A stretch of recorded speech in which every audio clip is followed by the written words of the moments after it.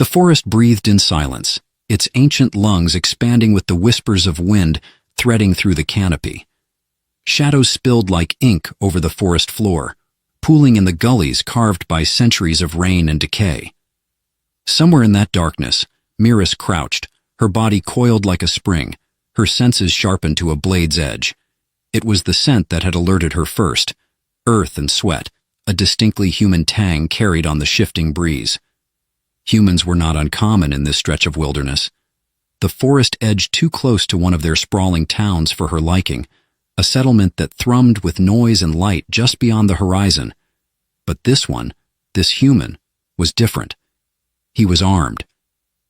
Through the dense lattice of underbrush, Miris tracked him. He moved with a hunter's precision, deliberate but not silent. The occasional snap of a twig betrayed his presence, but his posture, a rifle gripped firmly, eyes scanning the shadows, revealed his intent. Military. She didn't need to see the insignia on his jacket to know. It was in the way he carried himself, the way his boots pressed into the soil without hesitation. Miris's fingers flexed, brushing against the hilt of her blade, a smooth curve of alien alloy strapped to her thigh. Her instincts urged her to strike before he got too close, before he stumbled upon her sanctuary hidden in the heart of this forest. But hesitation rooted her to the spot. This was the first human she had seen in weeks. The last one had tried to kill her. A cold wind licked at her skin, slipping through the jagged cracks in her armor. She adjusted her stance, the movement slight but enough to feel the ache in her side, where a deep laceration refused to fully heal. Her body could mend rapidly under normal circumstances, but not now. Not with her energy reserves dwindling and the stress of the hunt gnawing at her mind. She exhaled slowly, drawing her focus back to the human. He had stopped, his figure partially obscured by a stand of pine. Miris's eyes, sharp and luminous in the dark, caught the glint of his weapon as he scanned the clearing ahead. Her sanctuary was close now, too close. If he stumbled upon it, she would have no choice but to act. For a moment, she considered running. She had lived like this for months, evading patrols, slipping through the cracks of humanity's surveillance network. It was the one skill her kind excelled at, vanishing. But the thought of abandoning her sanctuary, the only semblance of stability she had managed to carve out on this hostile planet, made her stomach twist. The human took another step forward, and Miris made her decision. She moved silently, her form blending with the shadows as she circled him. Every step was calculated, every breath controlled. The underbrush seemed to part for her, as though the forest itself conspired to shield her presence. She positioned herself behind him, her blade unsheathed but held low, the metal glinting faintly in the moonlight. Then he turned. The sudden movement was instinctive, a reaction to the shift in the air. Miris froze, her body pressed against the trunk of a massive pine. The human's gaze swept the forest, his rifle raised, the barrel gleaming like a predatory eye. She could hear his breathing now, steady but shallow, the breath of someone who knew they were being watched. Her heart quickened, not out of fear, but anticipation. The next few moments would determine everything. He took another step, his boot crunching against the forest floor. Miris tensed, her muscles coiling as she prepared to strike, and then he stopped. The soldier's rifle lowered slightly, his posture relaxing just enough to suggest doubt. He scanned the darkness one last time before muttering something under his breath. Miris couldn't hear the words, but the tone was unmistakable. Frustration. He was giving up. For a moment, relief washed over her. If he turned back now, if he retraced his steps and left the forest, she wouldn't have to kill him. She could slip back into her refuge and disappear once more, leaving nothing but footprints that the wind would soon erase. But then, as if drawn by some unseen force, the soldier took another step, and this time, he stopped directly in front of the tree she was hiding behind. Miris's grip tightened on her blade. She could feel the rough bark of the pine against her back, the cold metal of the weapon in her hand. The soldier was close enough now that she could see the faint scar running down his jawline, a mark of violence etched into his skin. He was close enough to see her too. The silence between them stretched, taut and unyielding. Miras's breathing slowed, her instincts battling against the desire to lash out, to protect herself.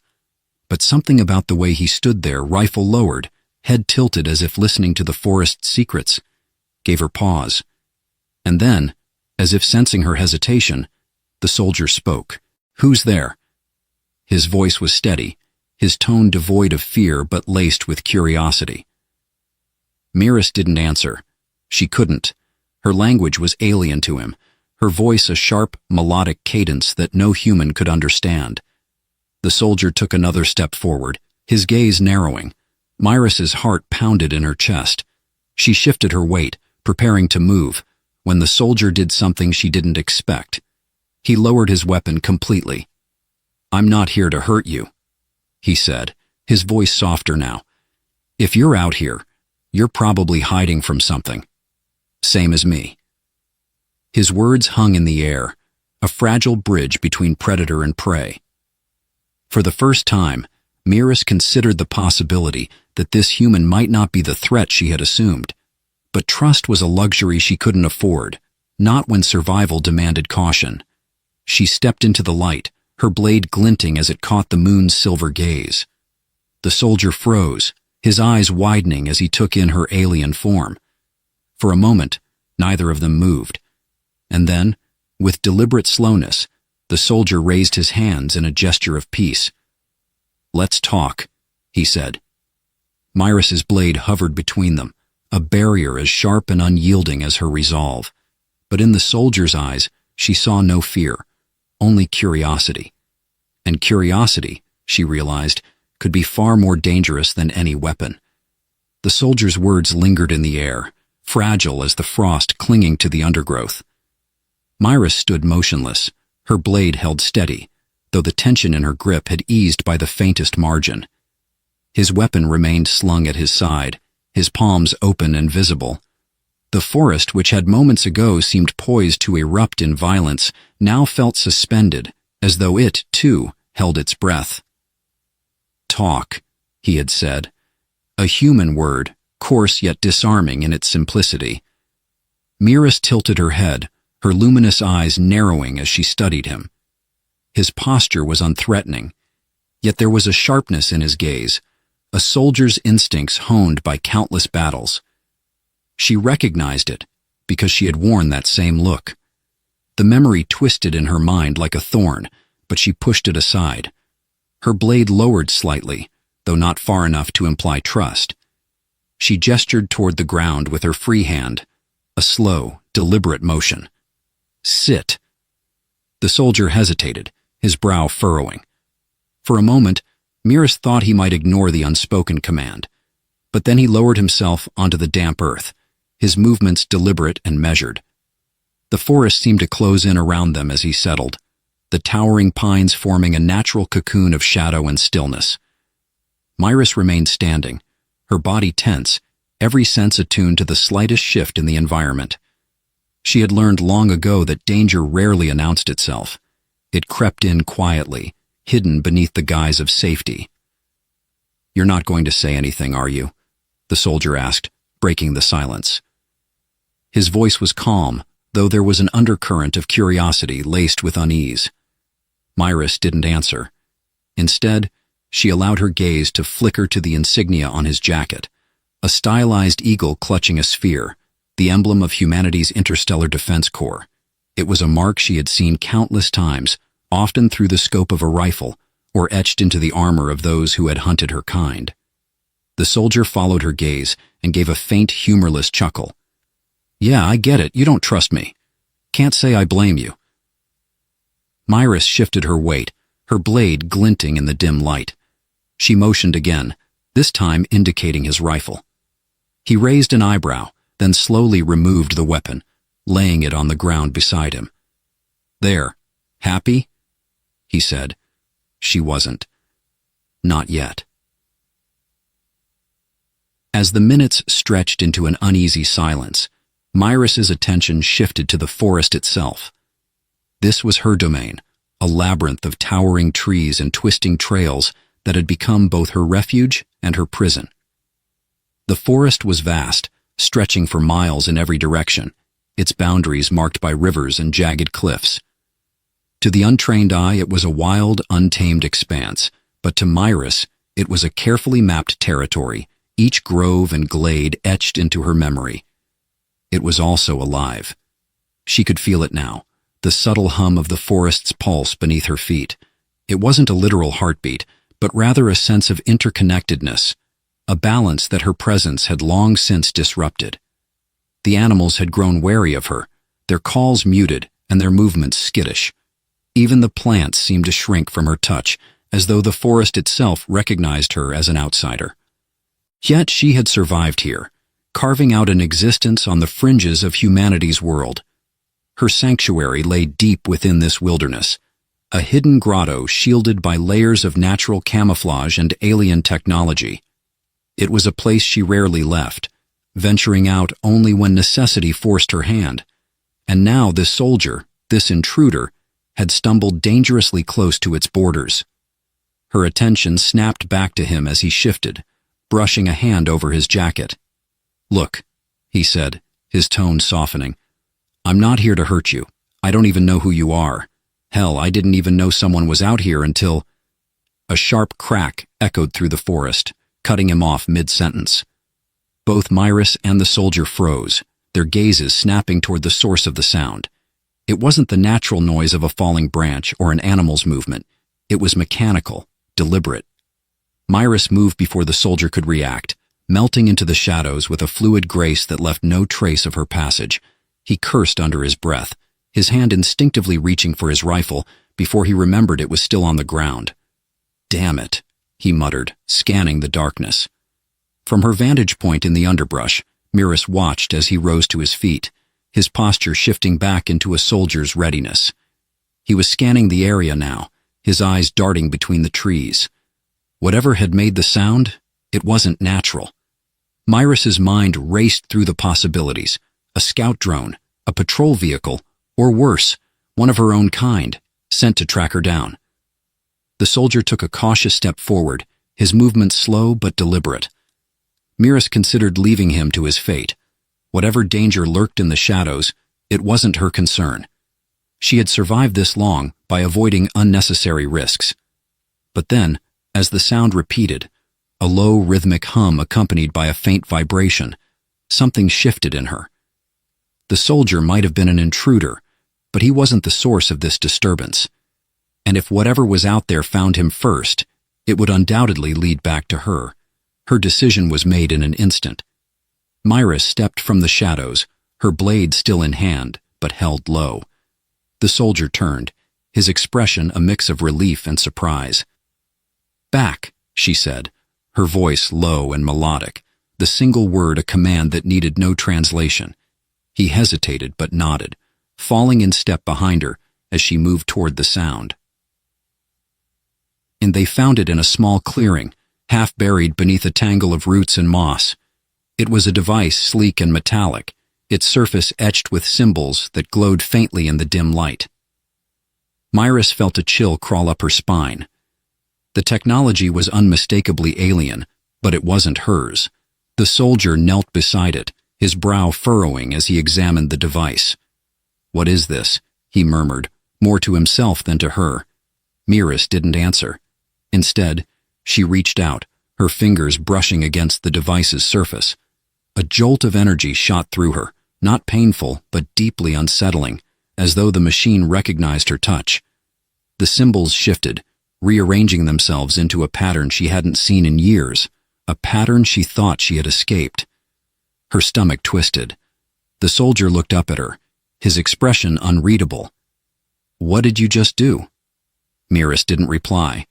Her mind was already racing ahead, piecing together the implications of what they had found. The forest was no longer a sanctuary. It was a trap.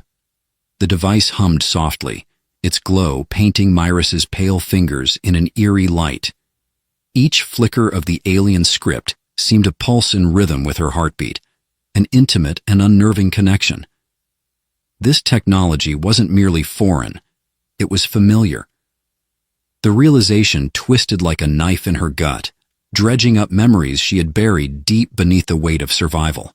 Her blade remained unsheathed, but its sharp edge wavered. She couldn't afford hesitation, not now, not with what this discovery meant. Her sanctuary wasn't just compromised, it had become a beacon. "What is that thing?" the soldier demanded, his voice low but edged with tension. Myris ignored him, her focus locked on the device. It was a relay, she realized, a sophisticated piece of technology designed to transmit signals across vast distances. The question was, who had placed it here and why? The symbols etched into its surface, though alien, didn't belong to her faction. They bore the mark of something older, something far more dangerous. The forest's silence thickened around them, the kind of oppressive stillness that warned of unseen eyes. Myris's gaze darted to the shadows, her senses straining for any hint of movement. "Move," she said abruptly, her voice a sharp command that startled the soldier. "What? Why?" He straightened, his hand instinctively hovering near his rifle. Myris turned to him, her luminous eyes narrowing. "Not safe." Before he could argue, a low, resonant hum rippled through the air, emanating from the device. Myris's breath caught. It wasn't just active, it was signaling. Her mind raced through the possibilities, none of them good. "What the hell is that sound?" the soldier asked, his tone shifting from curiosity to alarm. Myris didn't answer. Instead, she reached for the device, her fingers brushing against its surface. The symbols flared in response, their glow intensifying until they burned like molten fire. Her lips pressed into a thin line as she activated the blade in her other hand, its edge humming with energy. She slammed the blade into the device, the impact sending a sharp jolt through her arm. Sparks erupted as the blade cut deep, severing the circuitry within. The hum faltered, then died, leaving only the forest's strained silence in its wake. The soldier stared at her, wide-eyed. "You want to explain what's going on? Because I'm starting to feel like I walked into something I shouldn't have." Myris pulled her blade free, her expression grim. "Watched," she said, the single word heavy with meaning. "Watched?" He glanced around the clearing, his grip tightening on his rifle. "By who?" She didn't have to answer. The forest provided one for her. The attack came without warning. A sharp, mechanical whine sliced through the air as a projectile slammed into the ground near the soldier's feet, kicking up a cloud of dirt and debris. He cursed, diving for cover behind a fallen log. Myris moved instinctively, her body a blur of motion as she dodged another shot, the projectile narrowly missing her shoulder. Her eyes darted to the treetops, where faint glimmers of movement betrayed their attackers. Drones, sleek, insectile machines armed with plasma rifles and advanced tracking systems. She recognized the design, one of the many tools her enemies had used during the war to hunt and eliminate targets. Myris's grip on her blade tightened as she calculated her next move. The drones were fast, agile, and relentless. Fighting them head-on would be suicide, but fleeing would only delay the inevitable. The soldier's voice broke through her thoughts. "What the hell are those things?" "Death," she replied curtly. "Great. That clears it up." The forest erupted into chaos as more drones descended, their weapons firing with precision that left little room for error. Myris darted between the trees, her movements a fluid dance of survival. The soldier followed, his military training evident in the way he moved, staying low and using the terrain for cover. But it wouldn't be enough. One of the drones veered toward them, its sleek form cutting through the air with a predatory grace. Myris turned, her blade arcing in a wide sweep as the drone fired. The energy bolt grazed her arm, searing her flesh, but she didn't falter. With a final, powerful swing, her blade cleaved through the drone's chassis, sending it crashing to the ground in a shower of sparks. The soldier fired his rifle, the sharp crack of bullets echoing through the forest. He managed to disable another drone, the machine spiraling out of control before slamming into a tree. "Any chance you've got more tricks like that blade of yours?" he shouted, his voice barely audible over the din of battle. Myris didn't answer. She was already scanning the treetops, her mind racing. The drones weren't acting independently. They were being controlled remotely. That meant there was a hub nearby, likely hidden but vulnerable. If she could disable it, they might have a chance. "This way," she barked, motioning for the soldier to follow. He hesitated for a fraction of a second before nodding, falling into step behind her as she led him deeper into the forest. The hub was well concealed, nestled within the hollow of a massive tree. Myris spotted it almost immediately, her keen eyes picking out the faint glimmer of its camouflage field. She approached cautiously, her blade at the ready, while the soldier covered her from a distance. The hub's design was alien but crude, its exposed circuitry pulsing with energy. Myris recognized it as a makeshift relay, likely deployed hastily to track her movements. Her lip curled in a mixture of anger and disgust. "Can you shut it down?" the soldier asked, his voice tight with urgency. Myris nodded, her fingers dancing over the hub's interface. The symbols responded to her touch, shifting and rearranging as she bypassed its security protocols. It was slower work than she would have liked, each second stretching into an eternity as the sound of approaching drones grew louder. "Whatever you're doing, do it faster," the soldier urged, firing another shot to keep the drones at bay. With a final decisive motion, Myris deactivated the hub. The glow of its circuitry faded, and the remaining drones faltered mid-flight before crashing unceremoniously to the ground. Silence fell over the forest, broken only by the soldier's labored breathing. "Is it over?" he asked, his voice weary. Myris didn't reply. Her gaze remained fixed on the disabled hub, her mind churning. This wasn't over, not by a long shot. The signal had been sent, and whoever was hunting her now knew exactly where she was. Her sanctuary was gone, and the hunter had become the hunted. The forest's silence felt oppressive in the aftermath, each broken drone strewn across the ground like an artifact of violence. Their once sleek designs now mangled and inert, they exuded a faint chemical tang that mingled unpleasantly with the earthy scents of pine and moss. Myris's blade hung limply in her grasp, its energy flickering fitfully, a mirror of her own dwindling strength.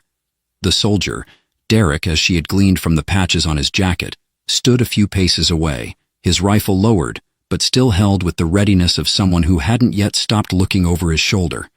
His gaze flickered between her and the remains of the hub, a mixture of confusion and wariness etched into his features. "What was that?" he asked, breaking the silence. Myris didn't answer immediately. She crouched beside the deactivated relay, her fingers trailing over its surface.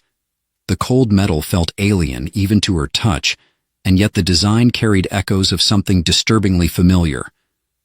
"Not alone," she said at last, her voice soft but weighted. Derek frowned. "What do you mean? There's no one else out here." Her glowing eyes met his, sharp and unyielding. "Not here," she clarified, tapping the relay for emphasis. "Watching, always watching." Derek's jaw tightened. "You're saying this wasn't random? Someone sent those drones after you?" "Not me," Myris said, though the words tasted bitter in her mouth. She rose, slipping her blade back into its sheath with a sharp click. "Us." As they moved deeper into the forest, the unease between them grew palpable. Myris led the way, her steps light and deliberate, while Derek followed, his boots crunching softly against the undergrowth. Despite the tension, he couldn't suppress his curiosity. "So, let me get this straight," he said, keeping his voice low. "You're saying those things." He gestured vaguely behind them. "Weren't just after you, they were after anyone who got too close?" Myris nodded once, her attention fixed on the path ahead. "Signal," she said simply. "What kind of signal?"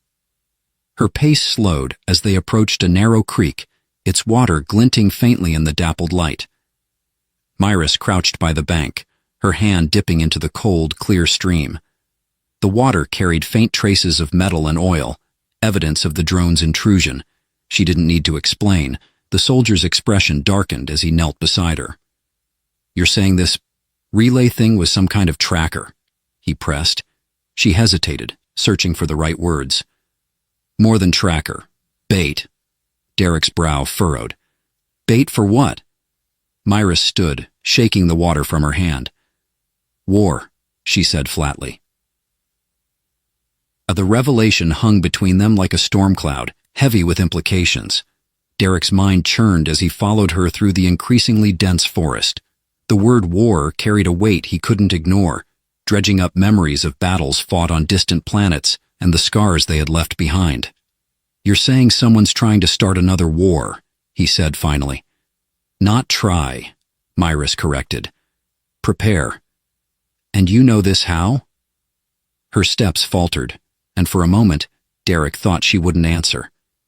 But then she turned to face him, her luminous eyes piercing through the shadows. "Because I ran," she said, her voice steady, but laced with an edge of regret. "From them. From this." She gestured vaguely at the forest around them, but Derek understood she was speaking of something far larger. "Who are they?" he asked carefully. Myris didn't reply. Instead, she resumed walking, her silence a barrier he couldn't breach. By the time they reached the hollowed-out tree that served as her temporary shelter, the sun was dipping below the horizon, casting long, jagged shadows across the forest floor. Myris entered first, her movements quick and purposeful, as she activated a concealed control panel embedded in the tree's bark. A faint hum signaled the activation of a shielded field, one that would mask their presence from prying eyes. Derek followed, his gaze sweeping over the interior. The space was small and utilitarian, lined with scavenged equipment and alien artifacts whose functions he could only guess at. A makeshift bed lay against one wall, while a series of glowing screens dominated the opposite side. "What is this place?" he asked, his voice low.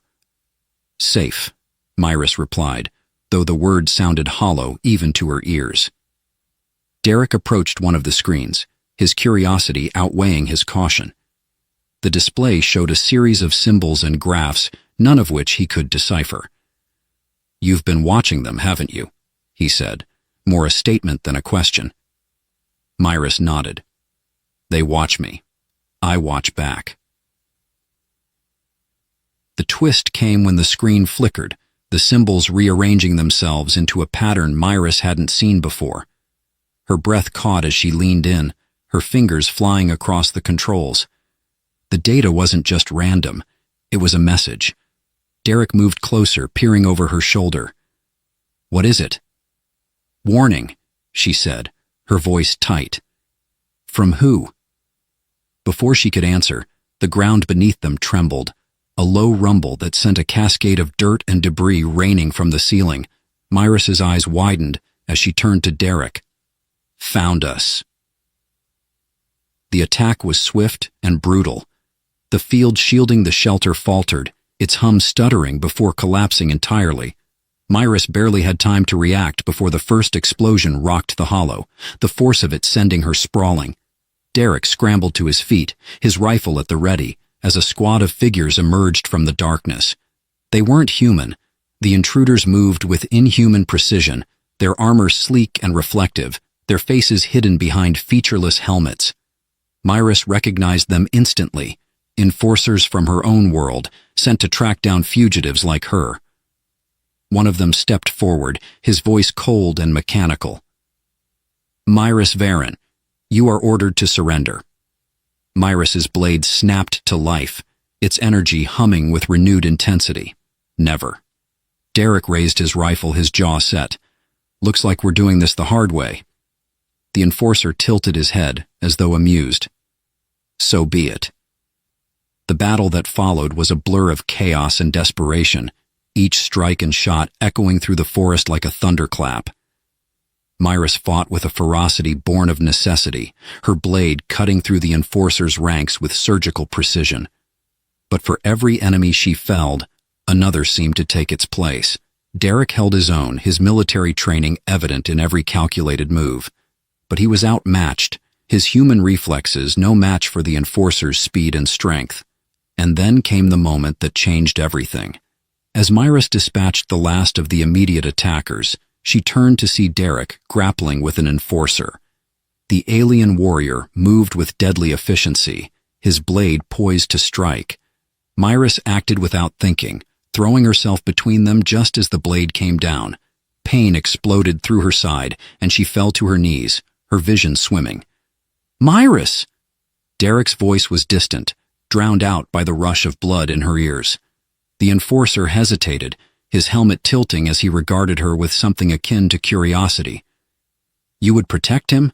he asked, his tone laced with disbelief. Myris forced herself to stand, her blade trembling in her grasp. "He is not my enemy," she said, her voice weak but resolute.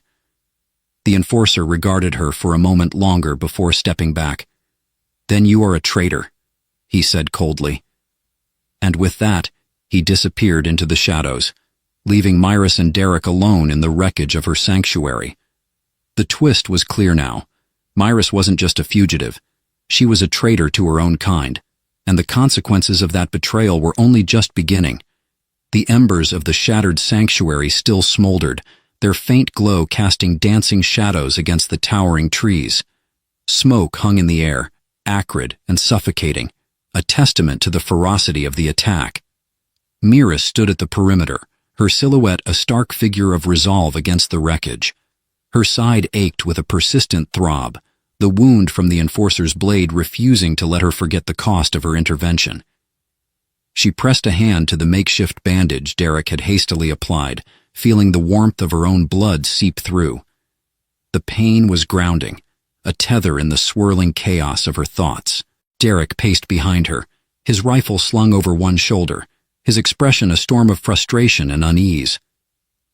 "We can't stay here," he said finally, breaking the tense silence.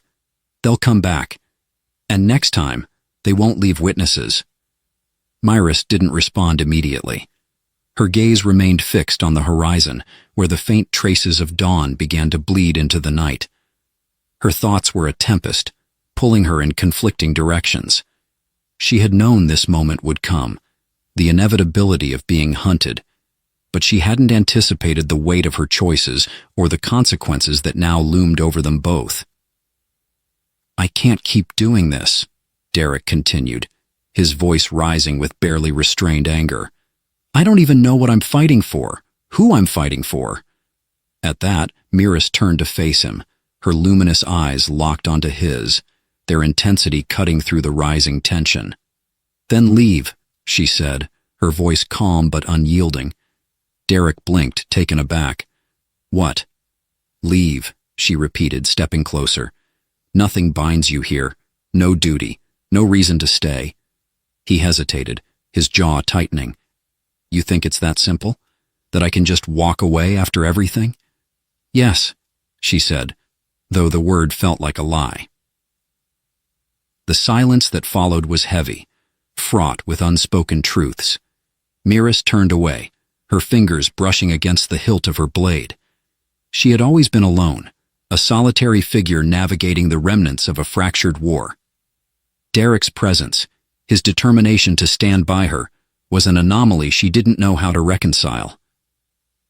"You're not telling me everything," Derek said finally, his voice softer now, more probing.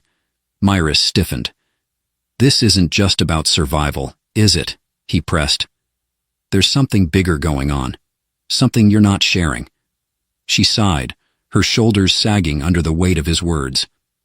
"It's better you don't know," she said, her tone laced with resignation. "That's not your decision to make," Derek shot back. Myris turned to him, her expression unreadable. "And if you knew, if you understood what's coming, what I've done, would you still fight? Would you still stay?" Derek didn't have an answer, and Myris didn't wait for one.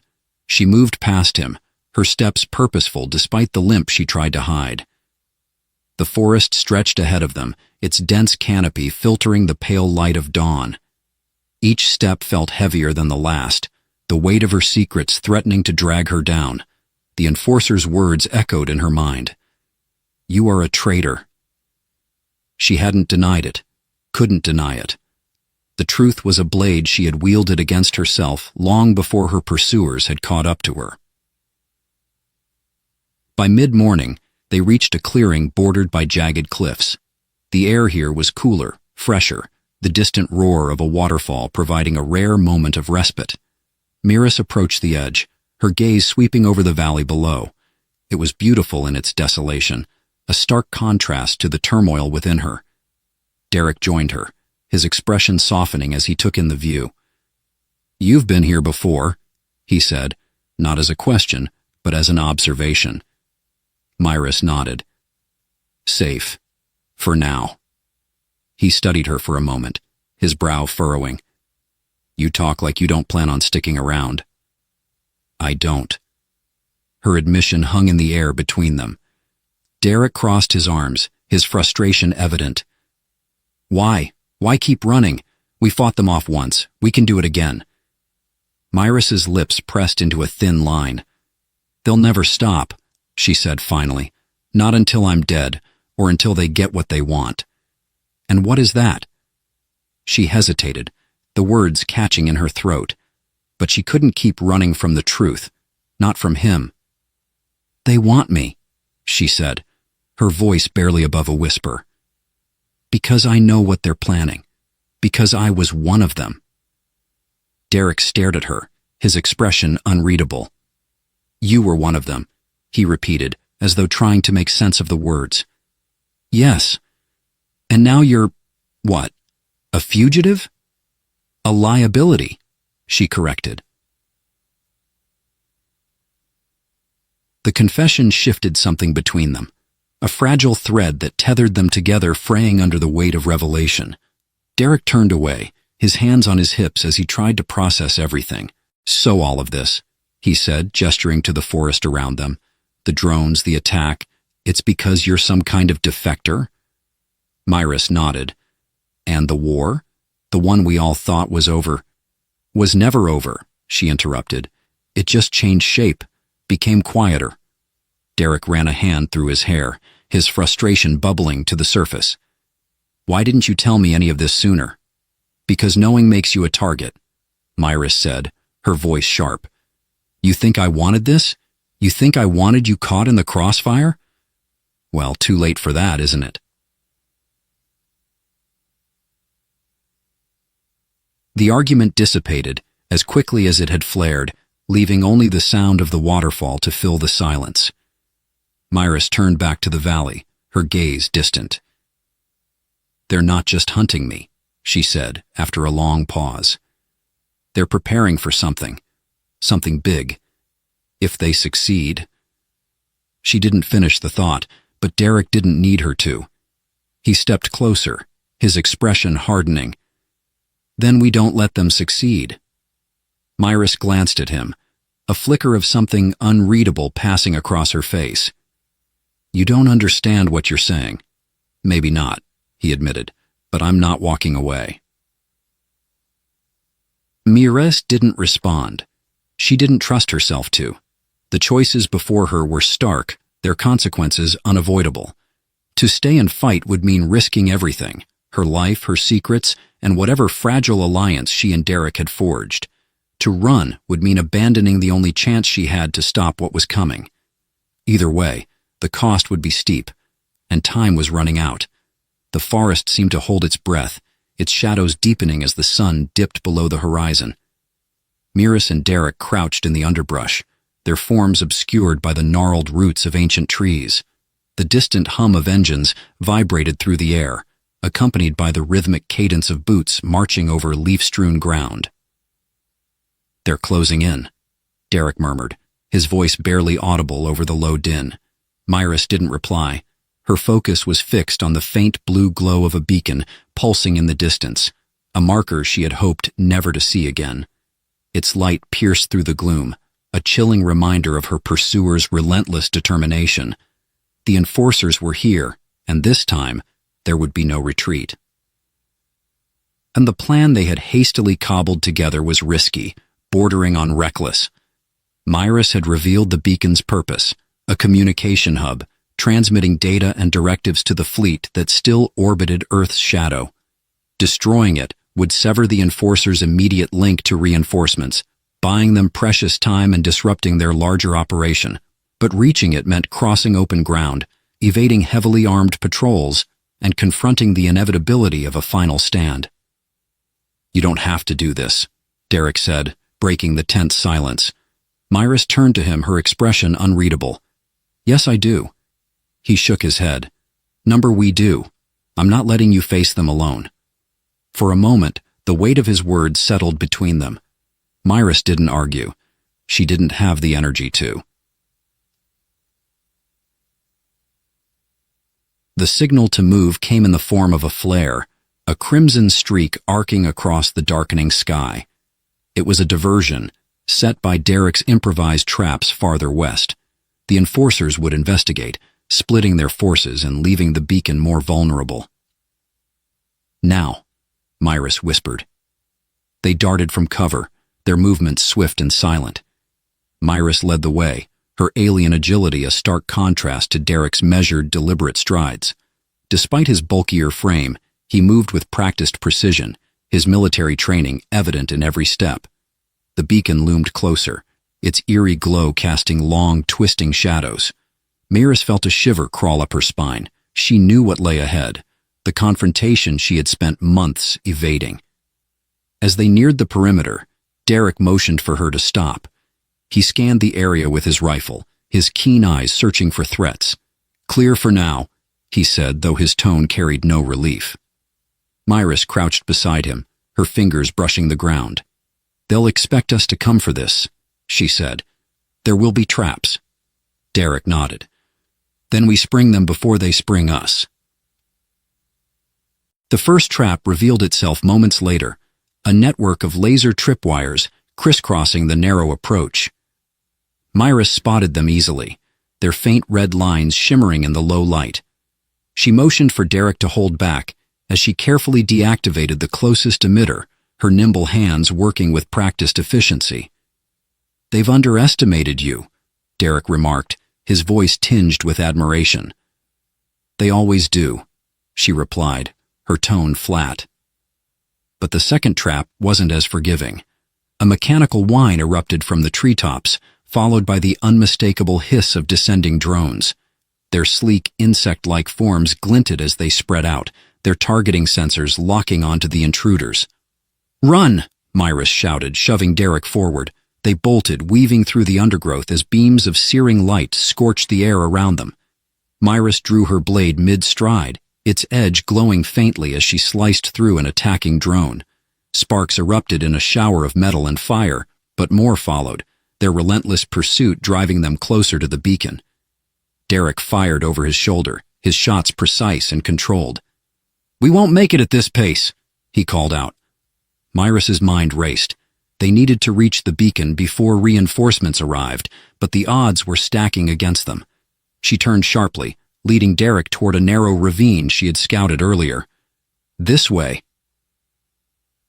The ravine offered temporary shelter, its steep walls forcing the drones to hover above, their angles limited. Myrus crouched low, catching her breath as she assessed the situation. "They're delaying us," she said grimly, buying time for the others to converge. Derek reloaded his rifle, his jaw clenched.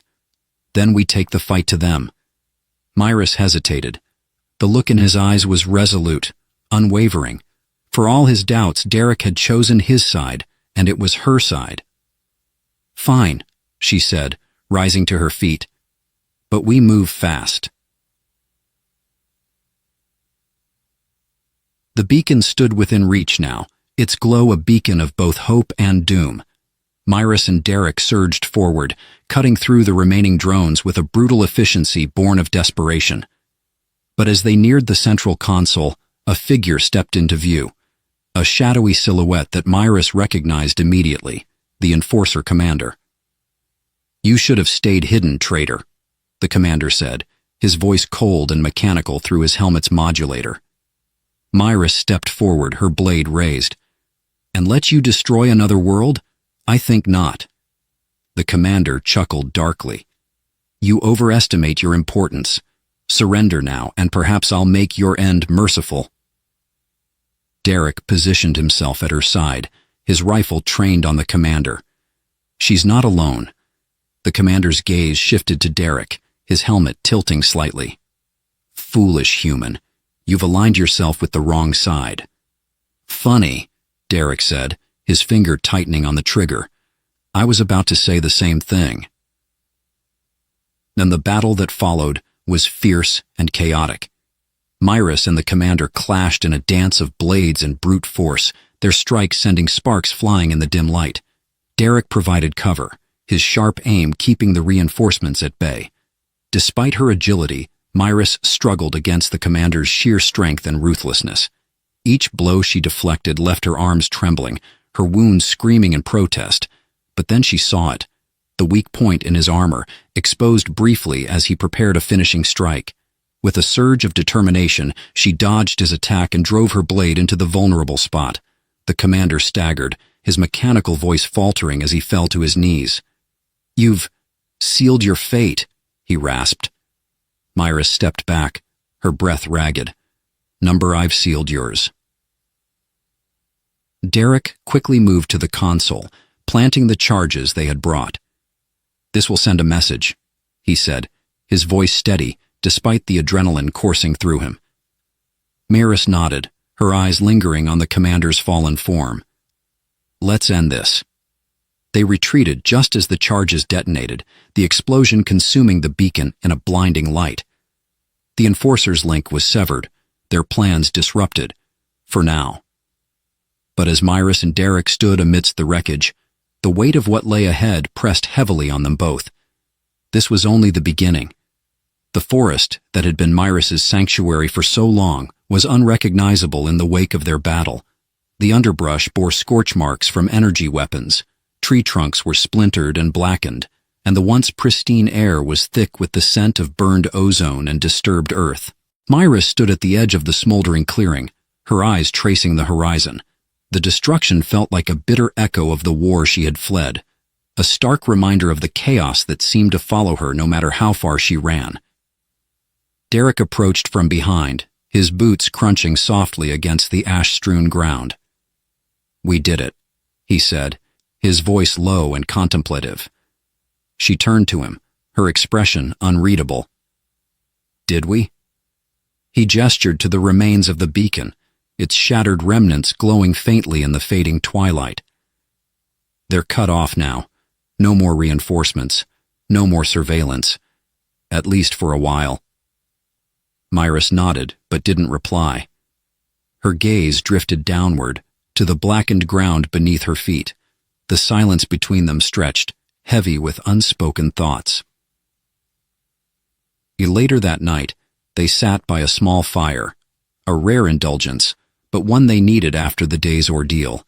The flames flickered, casting shadows that danced across Derek's tired face and glinted off Myris's alien features. "You could leave now," he said, after a long pause. Myris raised an eyebrow. "And go where?" "Anywhere," Derek said. "The galaxy's a big place. You don't have to stay here." She shook her head. "It's not that simple. The Enforcers will regroup eventually. They'll send another team, or worse. Running only delays the inevitable." Derek studied her for a moment, the firelight reflecting in his eyes. "You don't have to fight them alone anymore." Her gaze softened slightly, but she quickly looked away. "You don't understand what you're offering. Staying with me, it makes you a target. The people you serve, your own kind, they won't forgive this." "I've already crossed that line," he said simply. Myris let the weight of his words settle, but her mind churned with uncertainty. For so long she had carried her burdens alone, convinced that trusting anyone, especially a human, was a risk she couldn't afford. Yet here was Derek, defying every assumption she had made, standing beside her even when the odds were against them both. The dawn brought with it a strange quiet, as if the forest itself was holding its breath. Myrus and Derek worked in tandem to cover their tracks, dismantling the makeshift camp and erasing any signs of their presence. As they moved, Derek asked, "So what now?" Myrus hesitated. "Now, we find answers." "To what?" She stopped and turned to face him, her expression resolute. "To why this war started, to what the enforcers are really after, to what they're so desperate to hide that they'd hunt me across the galaxy to keep it buried." Derek nodded slowly. "And you think those answers are here? On Earth?" "They might be," she said, "or they might not. But the enforcers didn't just stumble onto this planet. They're here for a reason. If we can uncover that reason, we might be able to stop them for good." The days that followed were a blur of preparation. Myrus shared fragments of her knowledge, revealing details about the enforcers' technology, tactics, and hierarchy. Derek, in turn, used his military connections and expertise to gather intelligence, leveraging his training to navigate the labyrinth of human bureaucracy without drawing attention. Their partnership, once uneasy and fraught with mistrust, began to solidify. Myrus found herself relying on Derek in ways she hadn't thought possible, while he learned to see beyond the prejudices that had shaped his understanding of the war. Still, the specter of uncertainty loomed over them. Each step forward felt precarious, as if the ground beneath them might collapse at any moment. One evening, as they sat in a hidden shelter Derek had secured, he asked a question that had been lingering in his mind. "Do you ever think about what you'd do if this was all over? If there was no war, no enforcers chasing you?" Myrus looked at him, her expression unreadable. "I've never let myself think that far ahead. Survival has always been the priority. But if you could imagine it?" She hesitated, then said quietly, "I think I'd like to find a place where I could exist without fear. Somewhere I wouldn't have to hide what I am." Derek smiled faintly. "That sounds like a good goal." "And you?" she asked, surprising herself with the question. He shrugged. "Maybe I'd build a cabin out here, somewhere quiet, away from everything. I think I'm done with wars." Their eyes met, and for a moment, the weight of their shared experiences seemed to lighten. The final loose ends came together slowly. Through careful planning and a few close calls, Myrus and Derek managed to disrupt the remaining enforcer operations in the region, dismantling their surveillance network and scattering their forces. But even as they achieved these victories, they knew their fight was far from over. The galaxy was vast, and the enforcers' reach extended far beyond Earth. As they prepared to leave the forest behind, Myrus stood at the edge of a ridge, gazing out at the horizon. The world stretched out before her, vast and untamed, filled with both danger and possibility. Derek joined her, his presence steady and grounding. "Are you ready?" he asked. She glanced at him, a faint smile touching her lips. "I don't think I'll ever be ready, but I'm not alone anymore." Together, they stepped forward, leaving the forest and their old lives behind. The path ahead was uncertain, but for the first time in a long time, Myrus felt a spark of hope. The fight wasn't over, but they had each other, and that was enough to face whatever came next.